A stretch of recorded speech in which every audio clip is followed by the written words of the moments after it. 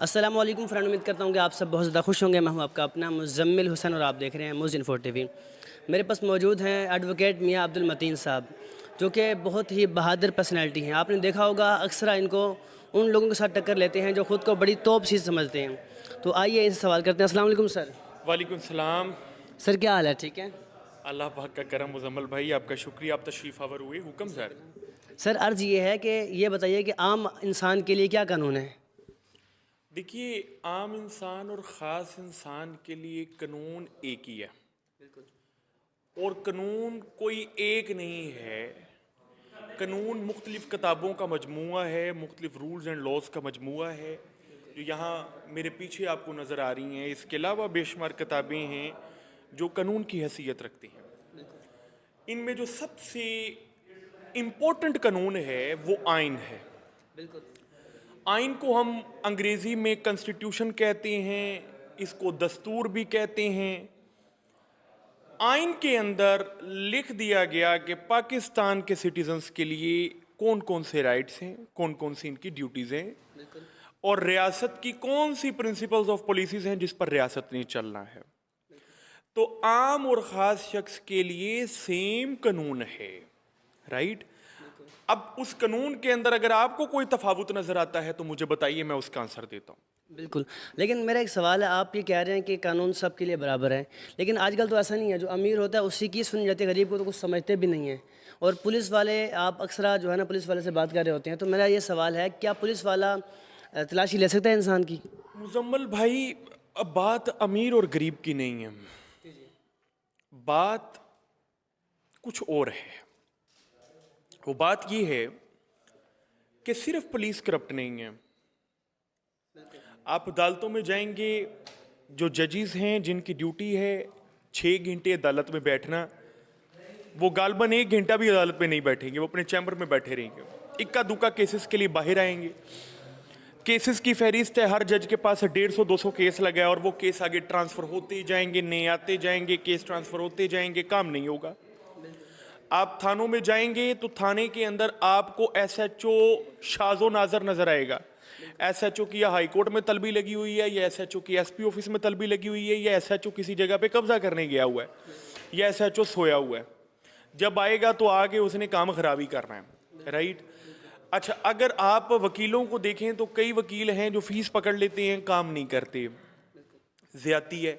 Doctors को देखेंगे, hospitals में जाएंगे आप तो आपको वो गप्पे मारते हुए नजर आएंगे, नर्सें मोबाइल यूज करते हुए नजर आएंगी, लेकिन पेशेंट्स तिलमला रहे हैं, चीख रहे हैं, उनके ऊपर वर्किंग होते हुए नजर नहीं आएगी।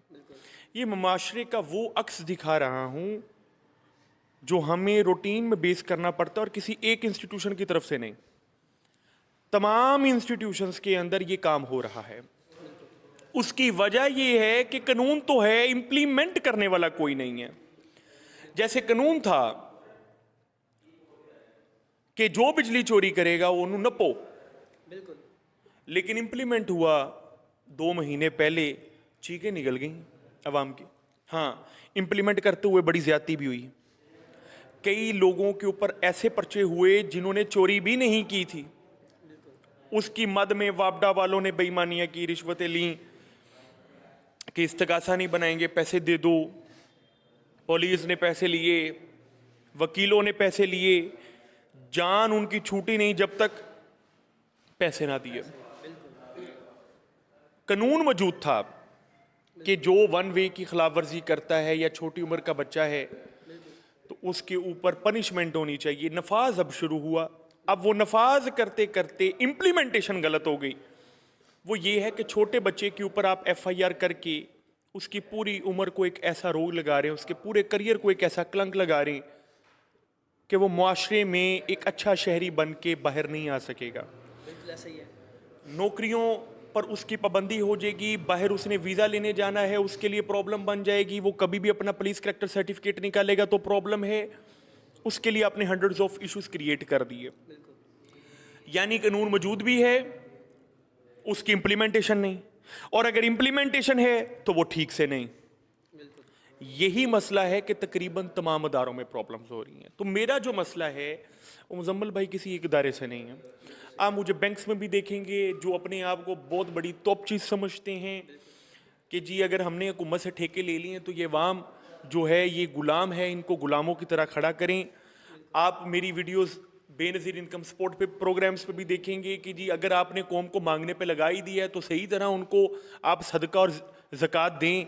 आप मेरी वीडियोस थानों में भी देखेंगे, आप मेरी वीडियोस कोर्ट्स में भी देखेंगे, आप मेरी वीडियो हर उस जगह पर देखेंगे जहां पर आम बंदा नहीं जा सकता।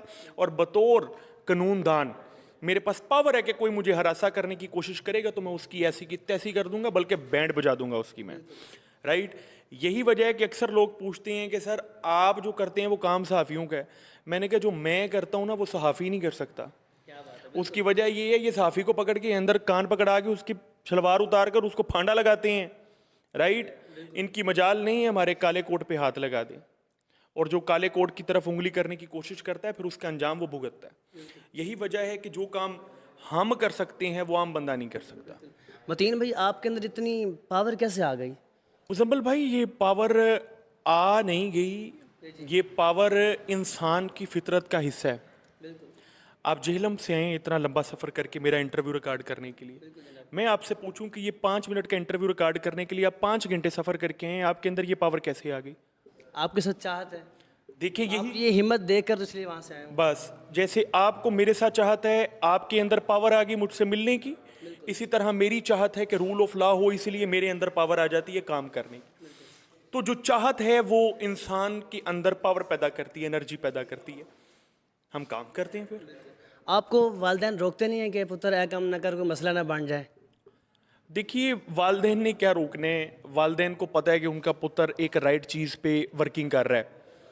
तो मैं अक्सर कहता हूँ कि जी जो हमारे वालिदैन हैं वही हमारी तरबियत करते हैं असल। जैसे कल परसों मामला हुआ मेरा थाने के अंदर, मैं एक बंदे को बाजियाब करवाने गया तो उन्होंने मुझे डिटेन कर दिया। 4 वकला थे, बैलफ था, मेरा गार्ड था, पुलिस वालों ने बाहर से ताला लगा दिया है, इन्हों के उत्ते दियो पर्चा। विदन 1 मिनट 150-200 बंदा थाने के बाहर खड़ा हो गया कि साढ़े मियाँ साहब ने तुसी डकन की कोशिश की है।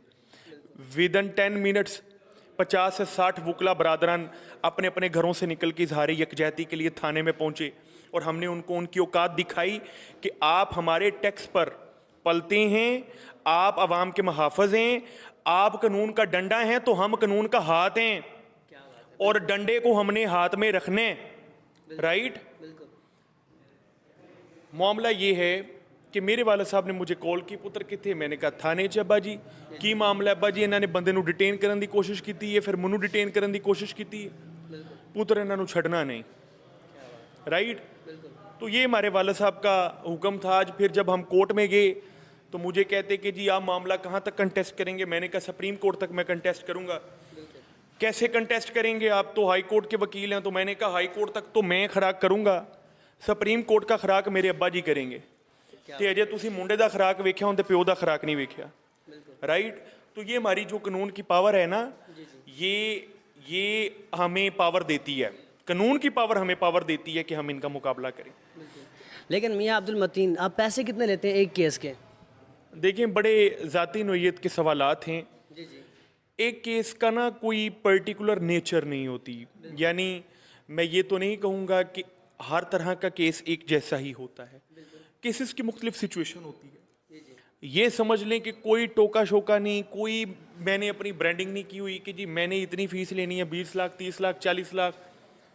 मैं बड़ा सादा सा वकील हूँ, मैं उतनी फ़ीस लेता हूँ कि मेरा और मेरी टीम का ख़र्चा चलता रहे। वो कुछ भी हो सकती, वो हज़ारों से लेकर लाखों रुपए तक है। अल्हम्दुलिल्लाह, अल्लाह पाक का बड़ा फजल है कि अल्लाह पाक ने वकालत के शोबे में ना सिर्फ इज़्ज़त से नवाजा, अल्लाह पाक ने बेइंतहा दौलत से नवाजा। अल्हम्दुलिल्लाह, अल्लाह पाक का बड़ा करम है। लेकिन उस दौलत का इस्तेमाल भी हम आवाम के हकूक़ के लिए करते हैं। कई केसेस प्रो बोनो करते हैं हम। प्रो बोनो का मतलब ये है कि हम अपनी तरफ से खर्चा करते हैं और आवाम को रिलीफ ला कर देते हैं। सो ये हमारी समझ लें हमारी काविश है, हमारी कामयाबी है कि अल्लाह पाक हमें तौफीक देता रहे और हम लोगों की खिदमत करते रहें। अच्छा मतीन भाई, आप ये बताएं कि जब कोई अच्छा काम करता है तो लोग उसके पीछे माफिया लगा देते हैं, उसे मारने की कोशिश करते हैं, तो कोई ऐसा सीन आपके साथ नहीं हुआ? मेरा इस चीज़ में ना बड़ा फर्म बिलीव है मुजम्मल भाई। देखिए कि अल्लाह ने इंसान को जिस मकसद के लिए पैदा किया है वो मकसद पूरा हुए बिना उसको मौत नहीं आ सकती। अल्लाह ने अगर हमारे नबी को पैदा किया, नबी आखिरुज़्ज़मान को पैदा किया, ख़ातमुल मुरसलीन को पैदा किया सल्लल्लाहु अलैहि वसल्लम, तो 23 साल के अरसे के अंदर जब तक नबूवत का जो पूरा काम था वो कंप्लीट नहीं हो गया और जब तक दीन मुकम्मल होकर तमाम लोगों तक नहीं पहुंच गया, अल्लाह ने अपने नबी को अपने पास नहीं बुलाया। बिल्कुल ऐसा ही है। इसके अलावा खुलफाए राशिदीन की अगर हम वर्किंग देख लें तो जिस मकसद के लिए अल्लाह ने उनको पैदा किया था वो मकसद जब तक मुकम्मल नहीं हुआ अल्लाह ने उनको अपने पास नहीं बुलाया। हम तो एक अदना सा हिस्सा हैं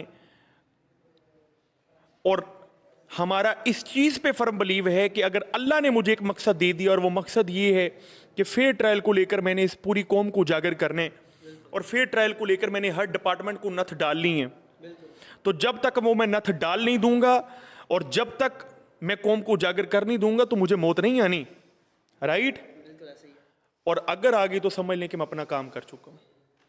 क्या बात है। और लाखों लोग आपके फ़ैन हैं। सोशल मीडिया पे आपके आने का दिल कैसे किया? और एडवोकेट भी हैं, वो नहीं आते, वकील जो हैं, आप सोशल मीडिया पर आए। सोशल मीडिया पर आने का क्या मकसद था आपका? मैं वकील से पहले एक टीचर था। मैं वीडियोस बना के अपने स्टूडेंट्स को गाइड किया करता था। जो क्लास में समझाना वो वीडियो बनानी में उनको गाइड करता था। मेरे यूट्यूब पे आज भी लेक्चर्स पड़े होंगे। तो सोशल मीडिया पे ऐसा नहीं है कि मैं अपनी वकालत के साथ सोशल मीडिया पे आया, मैं सोशल मीडिया पर था फिर वकालत में आया हूं। तो बस जो मैं करता था वो मैंने दिखाना शुरू कर दिया। लोगों को पहली मर्तबा पता लगा अच्छा ये हो रहा है और ये होता है तो ये बंदा ये करके दिखाता है। आज तक आपने सहाफियों को देखा था कि वो बताते थे ये जुल्म हो रहा है। आपने पहली मर्तबा एक शख्स को देखा जो कहता है ये जुल्म हो रहा है और फिर उस जुल्म के बाद वो नतीजा निकाल के रखता था, देखो फांडा लाया जे, क्या बात है। और किस तरह लगाया वो भी बताता था मैं। अवाम को ये चीज पसंद आई। अवाम को एक ऐसा शख्स नजर आया जो सिर्फ बात नहीं करता, काम करके दिखाता है, अपनी रिपोर्ट देता है, अपना रिजल्ट देता है। मैं ये चाहता हूं कि तमाम वकला जो रिजल्ट दे रहे हैं वो लोगों को दिखाना शुरू करते हैं। पूरी दुनिया के अंदर वकला की बड़ी इज्जत और एहतराम है। मैं बड़ा मुस्कुराते हुए कहता हूं कि इत्थे वकील नूं कोई किराए ते कार नहीं दिंदा। वकील नूं कोई किराए ते कार नहीं दिंदा। एक मुझे बंदा कहता है कि मियाँ साहब तुहाडा विआह नहीं होया। मैं क्या वकील नूं कोई किराए ते कार नहीं दिंदा, धी कौन देगा? ये बड़ी इंटरेस्टिंग चीज़ है। यानी मामला ये है कि वकला का एतबार अवाम के दिलों से बड़ा उठा पड़ा है। अगर मुझ जैसे कोई 50-60 वकला भी एतबार बढ़ाना शुरू कर दी तो जो एतमाद ख़त्म हुआ पड़ा इंशाल्लाह वो फ़ज़ा कायम हो जाएगी। बहुत बहुत शुक्रिया जनाब, जज़ाकल्लाहु खैर।